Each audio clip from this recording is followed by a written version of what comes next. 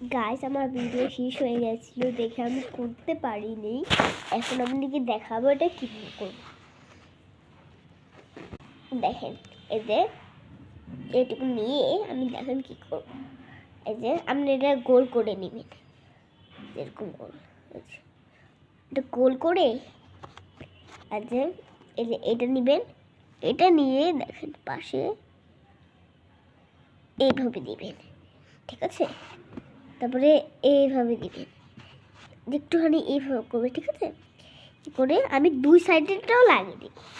Same আমার হয়ে গেছে, দেখেন এটা হয়ে গেছে।